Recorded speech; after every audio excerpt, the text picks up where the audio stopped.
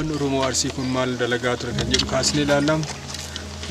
Hattuu loonii dhufte jedhan hin tuffatan jechuudha. Sana booda of duuba deebiin biyya alaatirraa meeshaa waraanaatii fi keemikaala galfatee dhufe yeroo lammataatiif bara 1882 waraana banee ummanni Oromoo Arsii kun waraanni kun waraana salphaa akka hin taane hubatanii waraana cimaa ta'uu beekanii waadaatti walii seenanii muka heexoo jedhamu wajjin dandamanii baay'ee hadhaa'anii beeytu.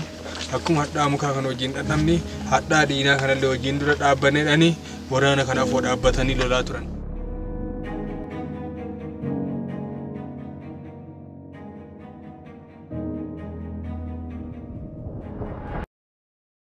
Mayyaatiif keemikaalaan dha'u farda yaabbatanii gaachana qabatanii haadhoorra Minilik Baafanaa tan jedhamtu irraa booji'anii gosti irraa booji'e gosa Baados jedhamu gosa naannoo kanaa gaangeessaa gosa Miinyaa kaabbaaf Nagariita isaa gosa Goddoo jedhamutu irraa booji'e kan erga irraa booji'anii gaafsan haadhoorra isaa Baafanaa asii gachisiisanii gaambeellaa inni miilatti kaawwatu billawa harkaa farmetti namarraa muraa ture kuufiyaa guyyaa sammataa isaatirraa goota seenaa waggaa 125 kan qabdu iddoo kana keessa gachisiisanii dhiyeessee miila duwwaa gale.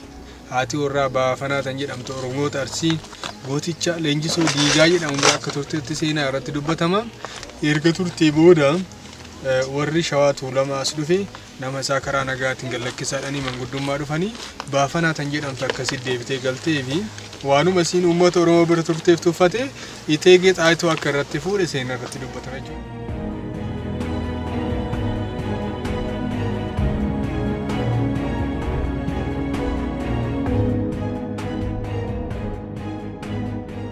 Sana booda innis nama booji'uu jalqabe. Oromoota keenya kana booji'e akkanatti gadi lakkisu. Keemikaalatti facaasee ijji isaanii akka soogiddaatti baqee dhume lafeen isaanii hojii wal gallakkisee namni waraanni Minilik booji'e akkasitti dhumaa. Namni oduu isaan gola awwaaluu dadhabuu irra ga'eedhama yeroo sanatti dhibeen kun namarraa namatti taraa waan deemuuf jechuudha. Sanirraa kaasuudhaan warri Shawaa karaatti cufan kanatti fixaartu saba kiyya sanyii kiyya waan ta'eef waraanni kan kee achiin nu keessan bahu nu keessan qubatu jedhanii karaatti cufan.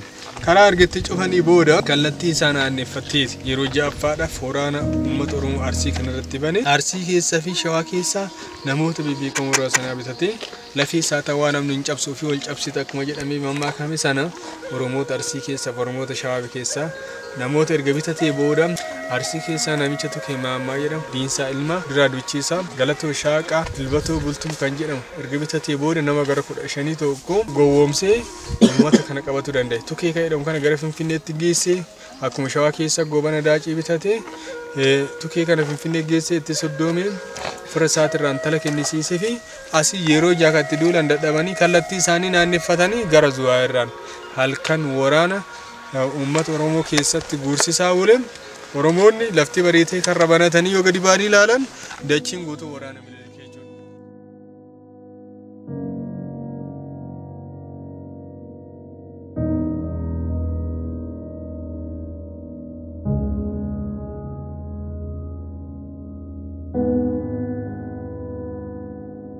Namichi bitame kun Tukkee Maammaa jedhamu halangee mormaa fudhatee uummata keessa deemee uummata gowwoomsee diinni marsee dhufee nu qabee jira.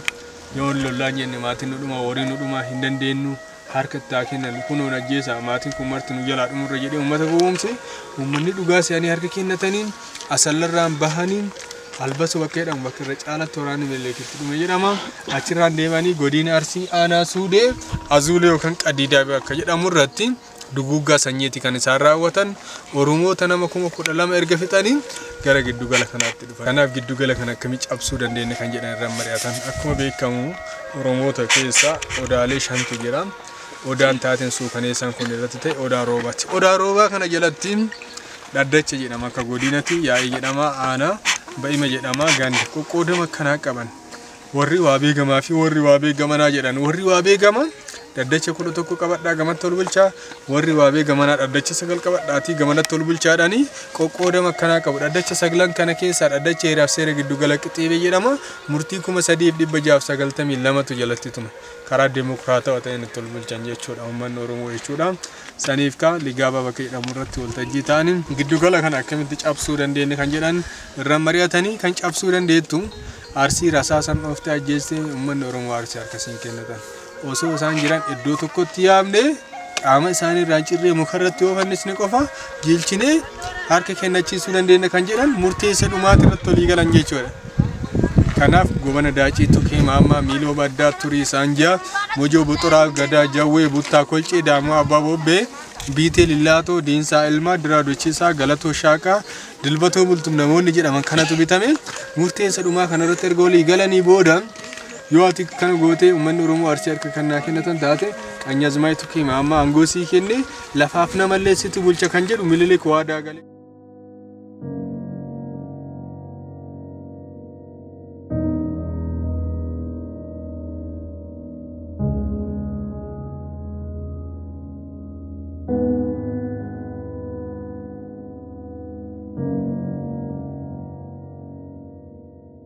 Uummanni sun iddoo jireenya isaaniitti irraa godaananii iddoo kanatti dhufan aanulee bakka jedhamu kanatti jechuudha. Daadhii qumbii naqatanii garmoo darbii hidhatanii galmoo kan manguura namaa manoota guyyaa 25 keessa ta'anii sirna gadaatti seenanii sirna gadaa tokko gaggeessitu guyyaa tokkoon fixuu hin dandeettu guyyaa 25 fudhata. Yeroo kana keessatti gadaan baallii kennuu fi gadaan baallii fudhatu hin dhufaam. Seerri ati baratte kun biyya kana bulchuudhaaf gahaadha moo gahaadha miti dhabee guyyoota 25 kana keessa qorata. Sana booda gadaatam jalatti billiqa galte kan jedhu haala saniin qoratanii prosesii kanatti seenanii sirna gadaatti seenanii gaafa isaan guyyaa 20 gahan iddoo kanarratti mana barnootaa walitti jira naannoo olaanootti bakka isaan manguuratti ijaarratan iddoo sanitti dhaabaa jedhaniin jedhama. Atiin beektu natu sii beekaa dhufe amma booda aadaa kee seenaa kee sirni gadaa kee hafee Qanyaazmaay Tukee Maammaa isinii shoomnee jirra. Isatu bulcha kan jedhu ajajji dabarsan jedhama. Minilik faan tooraan kun afurii ol kan ta'u naannoo kana qubsiisanii jiranii bara 1887 jechuudha. Bosona namni waliin argu.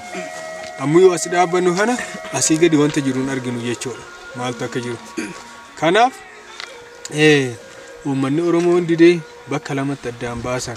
Qubaan bullaaf lubaan bullorre jedhu warri qubaan bulla jedhu warri gara Minilik gore kofootti kaanii tililcha poolisii kenna iddoo akkana qubsiisnee jirra jedhanitti himanii warri qubaan hin bullu lubaan bulla malee luba jechuun aadaa keenya seenaa sirna gadaa jechuudha.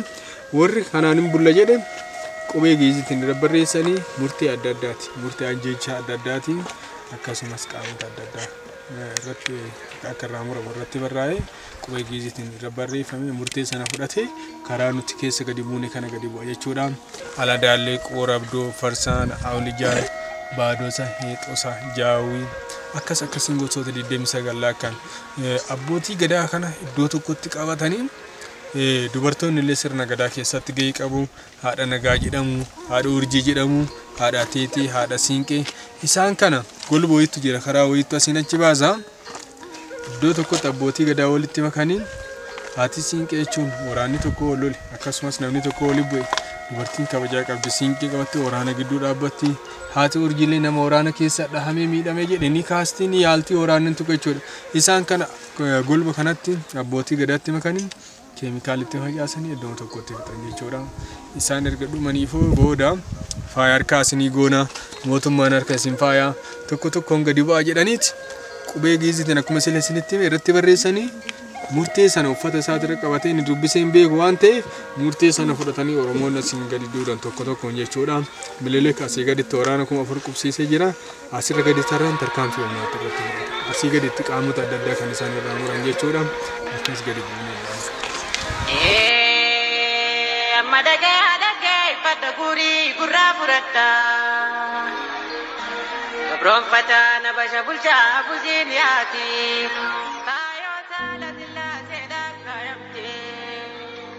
Bililiki bilisootti tuudhaan raawwate akkaataa abbootii garaa kakka goobanaa daatee qabatanii lola labsanii harma muraa aanolee harmee harma muranii dhiiranii walaasanii harka irraa jiranii gaarsa meeshaa lolaa naftanyoonni gaafa singilitirraa harkatanii akkasiin ijabsanii. Kajija lamiti ya Oromoo ta'uu isaaniiti fidumanii. Barreeffama isaa irratti dubbisaa barreeffama summaa jedhama kaan gurri isaa akka muramu kan dhaabbatatti arrabni isaa keessaa muramee goggogee akka du'u dubartii yoo taate harmi akka muramu dubartii abbaa gadaa yoo taate harmi lamaan akka muramu dubartii beekamtuu yoo taate lafa waraananii biraa deemanii bineensa yookaan allaattiin akkasii nyaatu dhiira yoo ta'e lollee akka hin injifan harki mirgaa akka muramu kana hunda kan didee akka ajjeefamu tarkaanfii akkanaa kanatti iddoo kanatti kutaa harkaa farma muraa aanolee jedhamee beekama. Kanarraa kan ka'e gootichi Oromoo tokko gosti isaa Baadosa kan ture Gishaa Bushee kan jedhamu faana seentu malee faana baatuun argine jedhee wayyaa uffatee billaa of jala qabatee geerraree dabaree naaf kennaa jedhee karaa kana keessa gadi bu'aa yoo as ga'u ni argee harka bitaa jala qabe jedhama mirga fidii jedhaniini kunoo kiyyumaa murii jedheen jedhama billaa waraanee nama waraana Minilik haa waraanu malee jalaa ba'uu hin dandeenye wanti jedhamu ni jira. Sababa saniif sababa Gishaa Bushee waraaneef muraatillee dhaabbate wanti jedhamu ni jira. Kana malees Ogatee Qarcoo kan jedhamu harka mirgaa sirraa muranii morma isaatti gadi fannisanii baadhuu hasiin achi bahi jedhaa ni jira. Anaa baate hoosii taate fudhu anaafis hin oolle siifis hin oolle yoo kasi fayyadu taate fudhu jedhee qaama mirgaa harka mirgaa sarraa murame kana morma isaatti gadi fannisanii asirratti baasaa jiran ofirraa fuudhee darbate jedhama.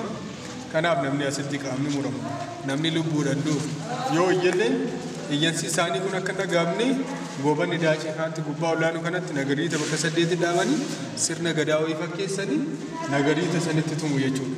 Iyyansi isaanii illee dhagamu. Namni masgee argaa asgeenan tarkaanfii humnaatti irratti fudhatama. Sana booda qaamni isaanii adda adda ergirraa murame booda gara duubaa asiin achi deemu. Asiin achi baa jechuudha. Harkaa farma isaan irraa muranillee waliin qabanii gama san baasu jechuudha.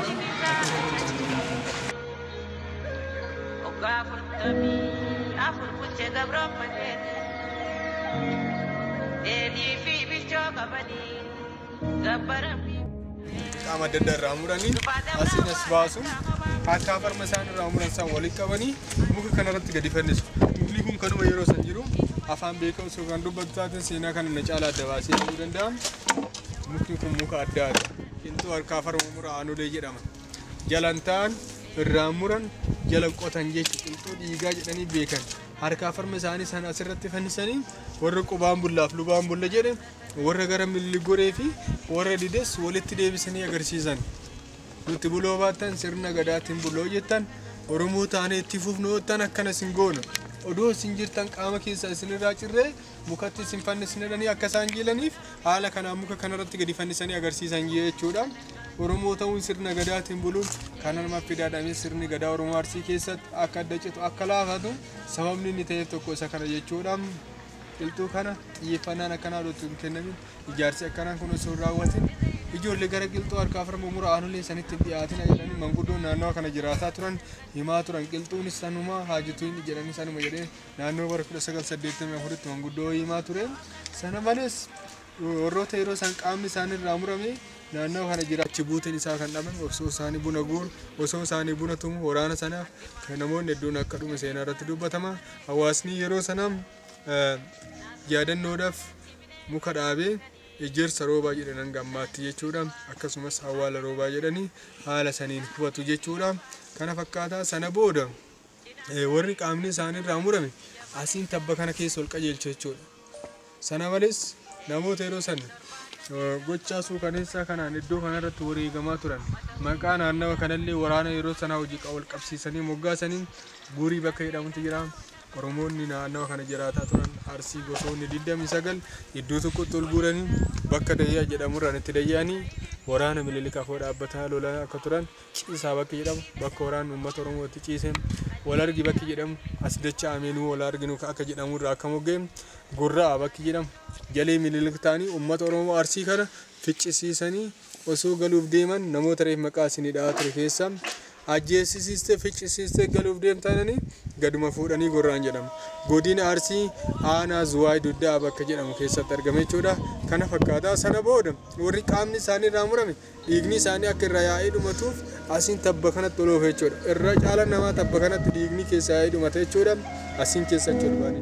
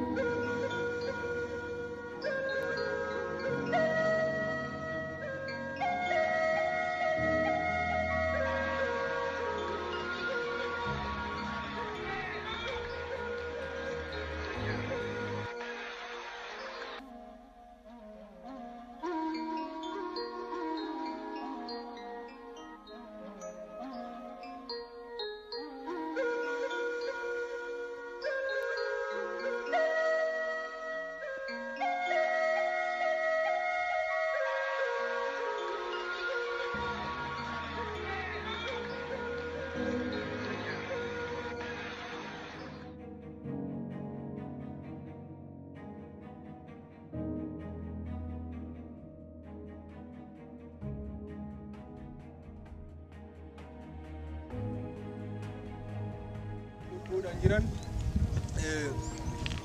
namoota hedduu akka fixan seenaa irratti dubbatama. Isa kanaaf ragaa ta'uu kan danda'u siidaan kun yoo hojjetamu bara 2005 waggaa 6 dura jechuudha. Boorataa yoo lafa gadi qotumu bakka hundarraayyuu lafeen namaa lafaa wal burqaan turte jechuudha.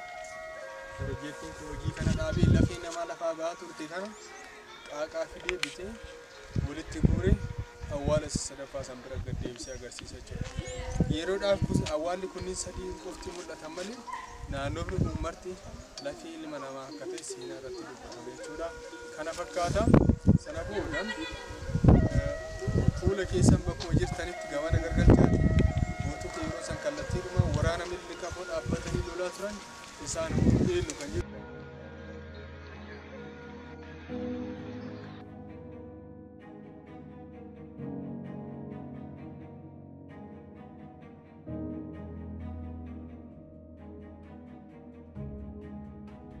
Siidaa gooticha Oromoo Arsiitiif lolee lolchiisaa ture nama baay'ee beekamaadha. Leenjisoo Diigaa jedhama. Gooticha Oromoo Arsiiti jechuudha. Naannoo bara 1980 irraa hanga 82tti suuraa kana 82 kan inni ka'e irraa siidaan kun hojjetameef jechuudha. Seenaa waggaa 130 dura suuraa inni ka'e irraa siidaa kana hojjenneef jechuudha. Suuraa isaa godambaa keessoo seenee ilaaluu dandeenya. Minilik naannawa sirka jedhamurraa Goltaree horii Oromootii fi dubartii Oromoo booji'ee osoo galuuf deemu horii 45,000 fi dubartii Oromoo booji'ee osoo galuuf deemu naannoo laga Qalaxa jedhamutti dhukatanii fuuldura goranii meeshaa isaa harreen fe'atee namoota booji'ee fi horii booji'ee kana osoo oofaa jiran Qalaxa irratti fuuldura goranii ajaja waraana Minilik nama 3 ergarraa ajjeesee booda Minilik faaree dubartoonni siinqee qabatanii ililchanii gidduu baanii irraa deebi'e. Kana malees osoo Minilik meeshaa ammayyaatiif keemikaala dhawu farda yaabbatee gaachana qabatee waraana Minilik nama 199 irraa ajjeese. Leenjisoo Diigaa itti mammaakee 1 2 dhibaa 2 3 dhibaa Leenjisoo Olma Diigaa nama 200 ajjeesuuf nama takkanna dhibee mammaake. Ka tokko ajjeese lama ajjeesuu hin danda'u, ka lama ajjeese 3 ajjeesuu hin danda'u. Inni garuu nama 200 guuttatuuf nama takkanna dhiba takkittiin suneen Minilik qofanna dhibee dhaggeerrare kun harki kennatuun du'anii ilmaan isaa nama 6 erga jalaa qabanii booda dhiyaate osoo isaan deemanii lafa lolaaf mijaa keessa bosona keessa ga'e harkaa gadi taa'ee lafa makkoo maal jedheetti mammaake kun harka kennatuun du'anii uffata isaati irratti keemikaala dibanii keemikaalli kun bokoysee foon isaa cicciree ajjeesedhama. Foon isaa ciccite kana obboleessi isaa tokkichi erbee waliin maree awwaalii as deemu dhibeen sun itti hattee obboleessi isaa sunillee akkasitti akka du'e seenaa irratti dubbatame jechuudha. Inni fardaa sunis qeerroo nageessoo jedhama. Qeerroo maaliif jedhama kan jedhuuf bira geennee ilaalla.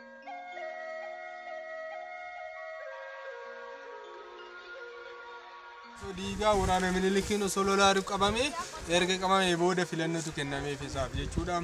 Lubbuu sin ajjeesnu qaama kan kee keessaa tokko kan si dhiisnaa dhaniini harka si murramoo miila si murramoo si kolaas dhaniini harka namurii naag jiru si lolaa garbummaa kan ofirratti dhiisu miilas namurii naag jiru si lolaa na kolaas natu sanyii dhaba malee ilmaan Oromoo sanyii dhaban kan jedhe qeerroo nageessuuti jechuudha. Sana booda hin kolaasanii uummanni Oromoo ol ga'ee ati gootaa nama beekamaadha. Sanyii osoo nan bifanne du'uuf deemta waanuma maqaatti si yaamnullee taatu siidaa wayii dhaabnu dhaniini siidaan aan dhaabinaa siidaan boru moofee jiguu danda'a haroonaa qotaadha jechuudha. Haroo qotaniif haroo san irratti lolli ta'ee dhiigni uummata Oromoo bishaaniin bulbulameedhama. Bakkuma dhiigni uummata Oromootti dhangala'e kana keessa bishaan hin dhuynu jedhanii uummanni xiiqidhaan bahee harooma san cinatti haroo biraa gaddeeffatee qotate jechuudha. Oromoon jecha dachaatii yaama. Haroo nageenyaatii fi haroo ammeenyaa jedhama jechuudha. Akkasumas haroo qeerroo nageessoo jedhama. Godina Arsii aanaa Diksiis bakka jedhamutti argama jechuudha. Waanuma inni qeerrummaadhaan du'eef ilma osoo hin argatin sanyii osoo hin argatin wanta akkasitti qeerroo nageessoo jedhanii haala saniin baasan maqaan isa dhugaa